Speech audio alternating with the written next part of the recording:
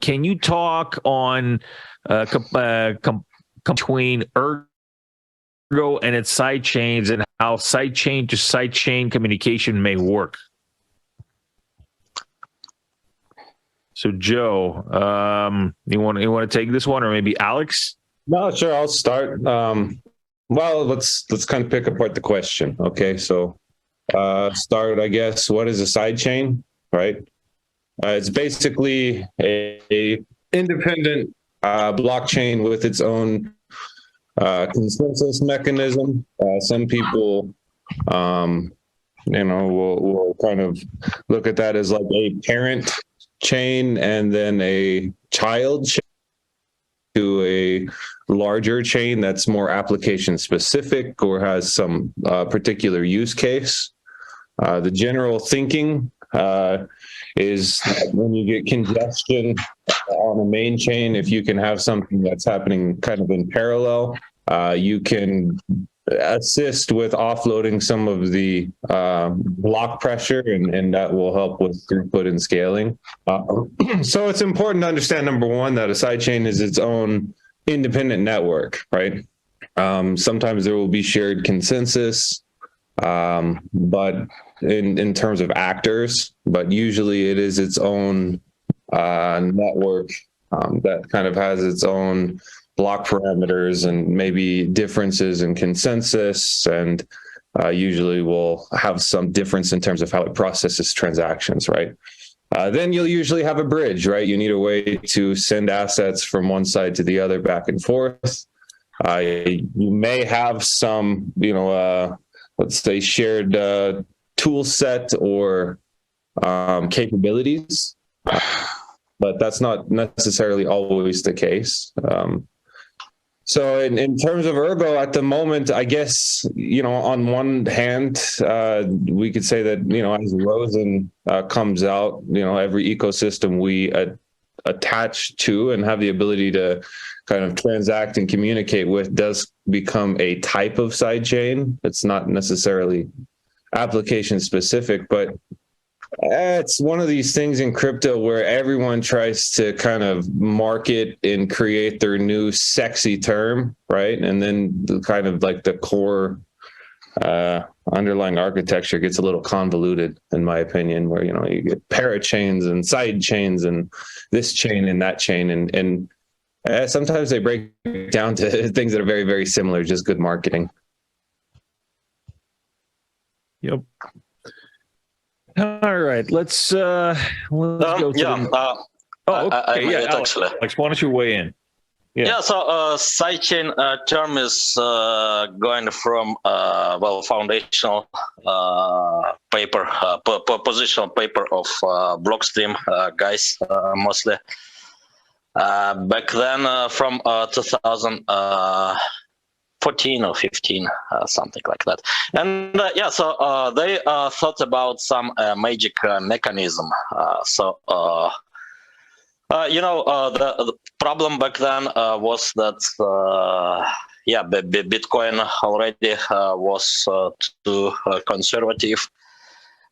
So to play with different features, people launched altcoins, right? And Bitcoin community was not happy about that, right? So as an alternative, they thought about sidechain as a kind of magic mechanism where you can launch a chain with additional features, right? And then trustlessly send Bitcoin to sidechain, and then also trustlessly got them back, right? If there is no consensus failure on the sidechain.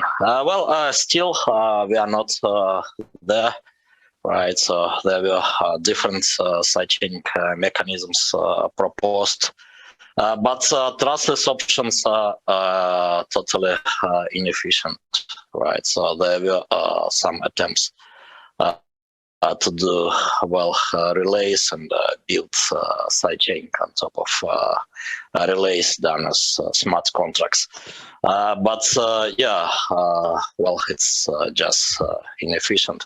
So in practice, we are using bridges, right?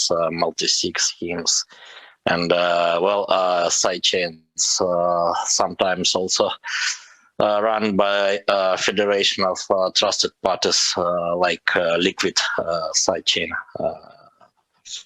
for Bitcoin. It's still kind of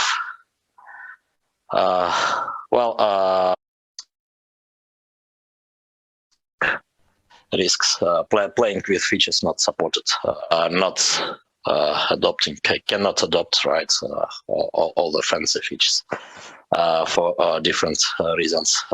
Security in the first place. Still this major. Yeah, we're still, that bridging aspect is still something that, is let's call it a work in progress, I guess, as a space. You have some atomic swaps. We have seen a lot of bridging infrastructure in the last cycle that kind of blew up.